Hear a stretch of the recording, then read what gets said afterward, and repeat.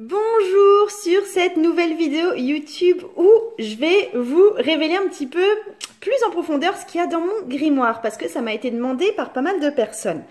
Alors ça c'est mon grimoire, je voulais juste auparavant spécifier que si j'ai moi commencé ce grimoire c'était vraiment sur une inspiration de Benebell Wen qui a mis elle-même son propre grimoire en ligne dans 3 vidéos, ça m'a rendu à la fois folle de jalousie et à la fois ça m'a vraiment inspirée parce que je m'étais pas rendu compte que je pouvais combiner à la fois ce que j'aimais faire au niveau graphisme et aussi tout mon intérêt pour le monde du tarot, de la psychologie et d'autres pistes ésotériques en général. Donc je voulais vous montrer un petit peu ce que j'ai fait là, le travail que j'ai fait, à quoi ça me sert, etc. Je vais vous donner quelques pistes et j'espère pouvoir vous donner à vous aussi quelques petites idées. Donc moi, c'est un carnet canson assez simple en fait. Je voulais le garder simple. Je sais pas encore si je vais faire quelque chose sur la couverture. Honnêtement, je pense que non parce que j'aime garder ce côté anonyme, ce côté noir et puis tout est à l'intérieur, tout est caché à l'intérieur, donc rien au-dessus. Après, je me donne le droit de changer d'avis aussi, donc voilà. Donc, c'était un carnet de dessin canson, comme vous pouvez voir, tout simplement. Et en fait, je l'ai appelé, ça c'est ma page de garde, et j'ai appelé le livre de l'ombre et du corbeau. En fait, parce que chez beaucoup de youtubeuses américaines, ou beaucoup d'américaines en général, elles appellent leur grimoire le livre de l'ombre. J'ai rajouté le corbeau parce que j'avoue que je suis assez fan de ces bestioles-là, que ça représente bien aussi le côté un peu sorcière et tout. Donc, en fait, quelque part, je l'appelle pas vraiment comme ça, je l'appelle toujours mon grimoire. Mais voilà, ça me servait de page de garde, ça m'a servi aussi... En fait, quand je me plonge dedans et que je me mets à dessiner dedans, en soi, c'est déjà une forme de rituel, une forme de lâcher prise sur une forme de magie. Parce que, voilà, on se laisse happer par le dessin, par ce qu'on fait, par les lettres. Et puis, ça nous met dans une forme de méditation aussi. Alors... Le premier pentacle que j'ai réalisé, en fait j'adore tout ce qui est géométrie et géométrie sacrée, donc je prends le temps de faire ce genre de choses. J'en avais déjà réalisé avant, hein, des choses comme ça, mais disons que là, avoir ce grimoire, ça m'a permis de développer encore plus ce que j'aime faire à ce niveau-là. Le Wild Unknown Tarot, je travaillais dessus à cette époque-là et je me suis fait une grande fiche là avec tous les mots-clés. Qui sont dans le livret en fait. C'est pas mes mots-clés personnels à moi, c'est vraiment ce qui fait partie du livret. Ça, c'est une façon d'arranger en fait les arcanes majeures que j'ai trouvé en ligne. En fait, c'est un documentaire sur le tarot de Marseille réalisé par Arte. Et en fait qui a été mis en ligne sur YouTube et que j'aime beaucoup et qui parle de la naissance des arcanes majeurs du tarot de Marseille avec comme directeur de pensée, on va dire comme conducteur philosophique Marcille Fissin et comme dessinateur Botticelli.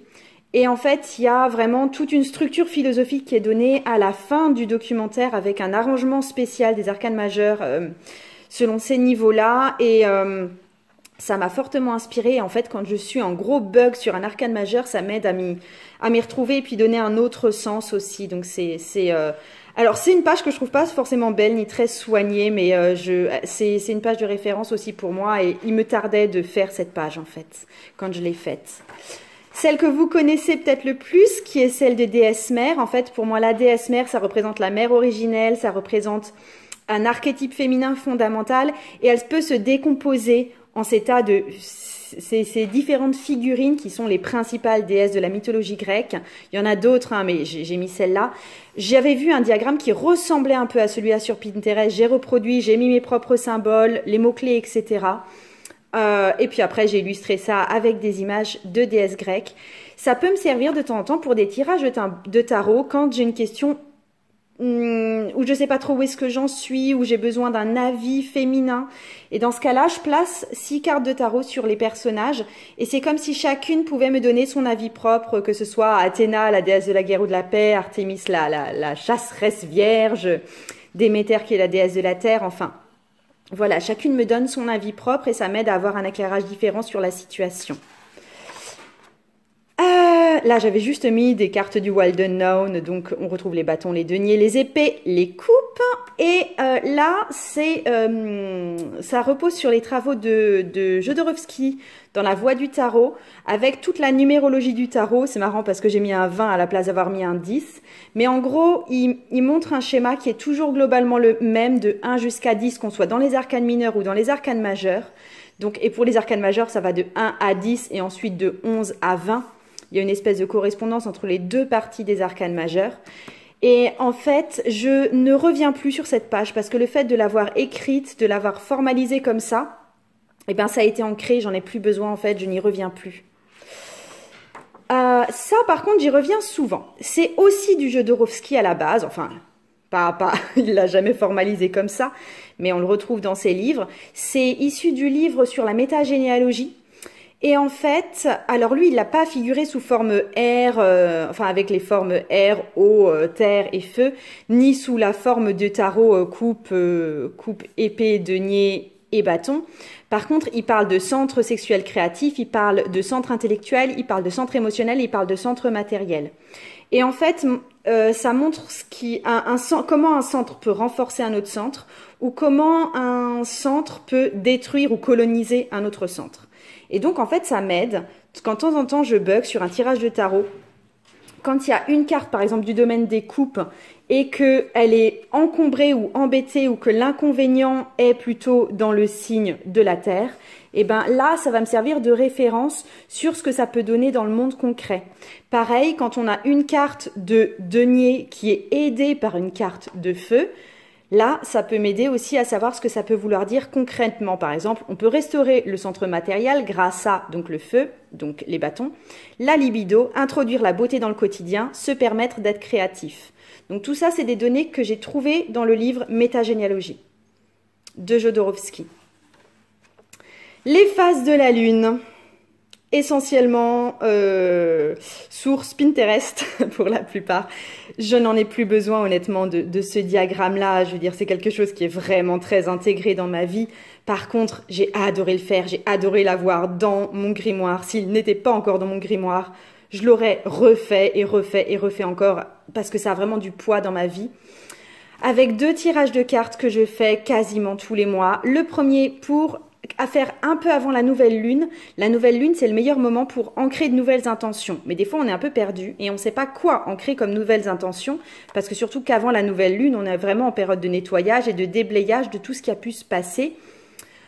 Et donc, quelles vont être mes prochaines intentions? Eh ben, je vais me retrouver de nouvelles intentions à poser avec ce tirage-là et comment continuer à ancrer ces intentions, faire le bilan sur ce qui a été fait, faire le bilan aussi sur ce qui n'a pas encore été réalisé. C'est le tirage de tarot de la pleine lune qui m'aide à encore plus renforcer les intentions de la nouvelle lune. Ensuite, ce cercle de géométrie sacrée là, je m'en sers aussi pour la nouvelle lune. Quand j'ai défini mon intention, j'essaye de trouver dans le jeu de tarot une carte qui représente cette intention. Je la mets là au milieu, j'allume des bougies, j'allume éventuellement de l'encens et je médite là-dessus et ça me sert de temps de pause pour ancrer vraiment ces intentions de la nouvelle lune. Et ça, c'est une correspondance qu'on trouve aussi dans le Jodorowsky sur la métagénéalogie entre les différentes parties de notre famille, les différentes parties de notre corps et la correspondance avec soit les deniers, soit les bâtons, soit les coupes, soit les épées. Ça m'a intéressée à fond.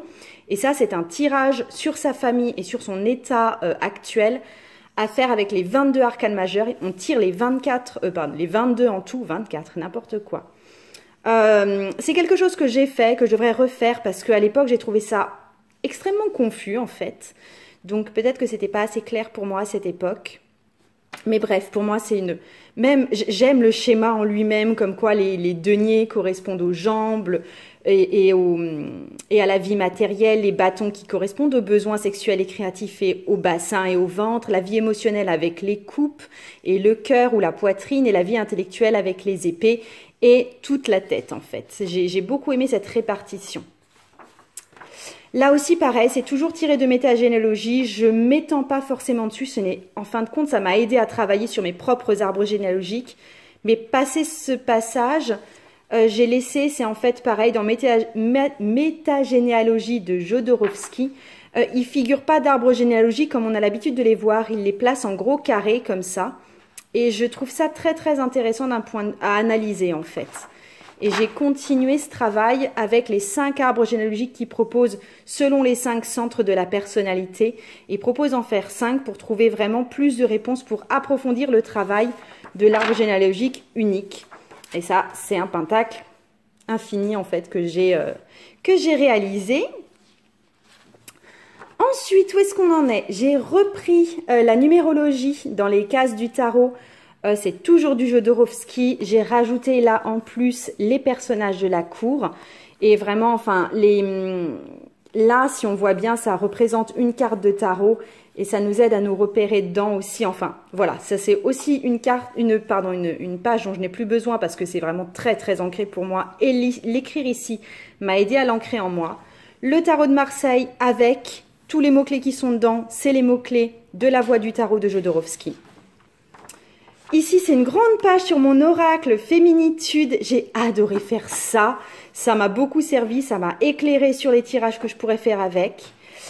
Par contre, tout ça, c'est les tirages qui sont proposés dans le livret féminitude et honnêtement, je n'en fais pas. Tout simplement parce qu'il s'agit à la fois de temps en temps de faire, on tire une carte avec l'ensemble du jeu, après on tire une carte avec juste les cartes en arbre, après on tire une carte de nouveau sur l'ensemble du jeu, après on tire une carte avec, enfin voilà. En gros, il y avait des fois, c'était des tirages avec le jeu complet, des fois des tirages, mais juste pour une carte. Avec une des parties du jeu, ça nécessitait de faire constamment le tri du jeu. Donc c'est honnêtement pas des tirages que je trouve très réalisables. Et quand je tire des cartes féminitude, c'est selon des tirages classiques que j'invente ou que je trouve ou qui sont marqués d'ailleurs dans ce grimoire. C'est des tirages type tarot en fait. Ensuite, le mandala du tarot, selon Jodorowsky. Je n'ai pas aimé travailler là-dessus. J'ai trouvé que mon dessin était merdique. J'ai pas forcément poursuivi. J'aurais pu plus l'aboutir et le dessiner que ça, mais je n'étais pas contente. Ça aussi, c'est tiré de la voix du tarot de Jodorowsky avec en fait les arcs. Quand on ne sait pas quelle interrogation poser, enfin quelle question poser au tarot, on peut tirer un arcane majeur qui va nous indiquer une question. Donc ça, c'est quelque chose qui existe dans le livre La Voix du tarot. Ensuite, un gros travail de ma part sur les chakras, avec un super tirage à faire sur les chakras. J'aime beaucoup ce tirage, ça permet vraiment de faire un point et de remarquer là où on peut avoir des déficiences au niveau des chakras. Donc c'est vraiment très sympa, c'est un bon tirage introspectif, on va dire. C'est vraiment quelque chose que je fais pour moi, que je ne propose pas aux gens qui viennent me voir. Et ensuite, des méthodes de guérison ou de renforcement avec chaque chakra. J'ai fait le chakra racine. J'ai fait le chakra sacré, le plexus solaire. J'ai commencé le chakra du cœur et il me manque le chakra de la gorge. Vous voyez, j'ai fait le diagramme, enfin la répartition, mais sans donner suite. Le chakra du 3e œil et le chakra couronne. Donc tout ça, je dois encore le faire. Donc vous voyez, il m'arrive aussi de m'interrompre en cours de route et de procrastiner parce que ça fait un petit moment qu'elles m'attendent, ces pages. Ensuite, une roue de l'année pour savoir où est-ce que j'en suis avec les dates exactes. Et là, j'avais juste fait une page pour accueillir Yule. C'est tout, c'est juste une espèce de décoration, une petite incantation. Tous mes tirages pour Yule que j'ai fait avec des gens, que j'ai fait avec des consultants et que j'ai adoré faire. Enfin vraiment, à chaque fois c'était très éclairant, c'était des vrais bilans sur l'année, c'était des vraies pistes d'action pour les mois à venir. Ce n'est plus quelque chose que je propose parce que le temps de Yule est passé depuis un bon petit moment maintenant. Mais voilà, vivement Yule prochain. J'ai pas proposé quelque chose d'aussi fourni pour Imbolc. Source, c'est Hélène de l'entreprise Tarot Énergie qui avait catégorié en fait tous les arcanes majeurs par rapport à la thématique de l'abondance et de l'argent, en les répartissant en plusieurs grands thèmes, les flambeurs, les relations pratiques et sécuritaires à l'argent, les généreux, les clés de compréhension de l'abondance. Et elle propose en plus un tout petit tirage de 4 cartes avec pour avoir plus de vision sur notre propre rapport à l'abondance. Mais j'avais vraiment aimé ce qu'elle avait fait. Et en fait, ça m'aide, ça peut me servir de soutien si jamais je bug sur une signification d'un arcane majeur, s'il est question de travail ou d'argent. Ça, c'est issu du livre de Benable Wen, Holistic Tarot. Ça reprend la même répartition en fait que Jodorowsky pour le placement des différentes suites du tarot. Mais j'ai trouvé très très belle en cercle comme ça, les mots-clés me parlaient, donc j'ai reproduite ici. Ouais, ça me parle beaucoup. Et ça, c'est un tirage en croix, alors soit version abrégée, soit version complète, d'un youtubeur que j'aime aussi beaucoup, qui est Sébastien Michel, qui est un Québécois. Et alors franchement, ce tirage en quoi il sert à répondre aux questions en oui ou non, mais ça apporte à chaque fois une vision du truc, mais j'aime beaucoup ce tirage qui est hyper ancré, hyper concret, qui donne une vraie vision de ce qu'on peut faire, de là où on en est. À chaque fois, j'ai des résultats étonnants avec les gens qui me demandent ce tirage-là, je l'adore. Puis je me suis amusée à faire une belle rosace derrière. Donc voilà. Choisir son élément, ça, on est de nouveau dans du Benable Wen pour choisir la carte qui va nous représenter selon son signe astrologique. On choisit son n'importe quoi, sa suite dans les arcanes mineurs du tarot, et ensuite on détermine quel personnage on est selon son âge et selon son avancée dans la vie. Et son sexe, selon si on est page, si on est chevalier, si on est roi, si on est reine. Et je me reconnais absolument dans la reine de denier. Et ça aussi, c'est toujours Benable Wen, c'est l'opération préalable à chaque tirage pour regarder quel champ de vie va être impacté par le tirage. C'est quelque chose maintenant que je fais systématiquement avant tout tirage de plus de 3 ou 4 cartes. Les tirages que j'ai proposés pour la Saint-Valentin, pour une rupture et pour faire un point sur une relation. Toujours Benable Wen, ça c'est Kellyanne Maddox sur YouTube, ça c'est Benable Wen aussi. The Inside Spread, il est très introspectif, il est très fouillé, il est peut-être légèrement abstrait, mais ça sert vraiment à faire un vrai point sur soi, de la même façon que celui-là est tout aussi fouillé, et c'est un petit peu difficile d'accès je dirais, mais waouh, waouh. Et ça, c'est un tirage traditionnel à 15 cartes, beaucoup plus concret, beaucoup plus ancré, beaucoup plus dans une situation, mais qui est hyper parlant, que j'utilise de plus en plus avec des gens qui viennent me voir. Voilà. Avec le futur le plus probable si on suit la direction qu'on s'est donnée, le futur qui pourrait être possible, ce qu'on peut faire pour améliorer encore la situation, les forces extérieures en jeu. J'aime énormément ce tirage. Et ensuite, eh ben, il n'y a plus rien encore. Donc là, la prochaine double page à laquelle je vais m'atteler, ça va être un petit peu sur les pierres. Donc j'aimerais voir, selon les besoins émotionnels qu'on a, quelles pierres peuvent correspondre. Et selon les besoins émotionnels qu'on a, quelles couleurs peuvent correspondre. Et bien sûr, ben, ça entre-réagit parce que toutes les pierres ont une couleur aussi. Et l'autre chose sur laquelle je vais travailler ici, ce que je vais faire enfin sur cette page-ci, c'est que ces temps-ci, je lis Jung et je découvre que les 16 types de la personnalité selon Jung et tous les tests qui ont été créés par rapport à ça, ça correspond vraiment beaucoup aux 16 personnages de la cour du tarot. Donc je vais faire vraiment un tableau de correspondance ici entre les types de personnalités décrites par Jung et les personnages de la cour du tarot, parce que ça m'a toqué hier en fait, mais ça fait tilt en fait et c'était trop génial. Donc voilà pour les futures pages à venir, mais vous voyez, je suis loin d'avoir rempli complètement ce grimoire là. Pour l'instant ça se construit. Et en fait, ce qu'il y a aussi, c'est que de temps en temps, ça me prend et je vais faire 1-2 pages en entier et vraiment travailler dessus. Et puis après, le grimoire, il va dormir quelque part pendant quelques mois même. Parce que en fait, notamment ces temps-ci, je travaille sur autre chose. C'est-à-dire que je refais un travail que j'avais déjà fait. C'est que je me suis fait un cahier sur les cartes du Rider-Waite Tarot. Et donc voilà, je me fais une fiche pour chaque carte avec les mots-clés pour moi, le positif et le négatif pour moi. Enfin, si la carte apparaît en positif, si la carte apparaît en négatif, les conseils que ça comporte, les principaux champs que les gens interrogent, là où ça en est dans le voyage du fou, et les notes personnelles, c'est-à-dire en gros si la carte me parle, si la carte ne me parle pas, qu'est-ce qui me déplaît, à quoi ça fait référence dans ma vie personnelle. Donc voilà.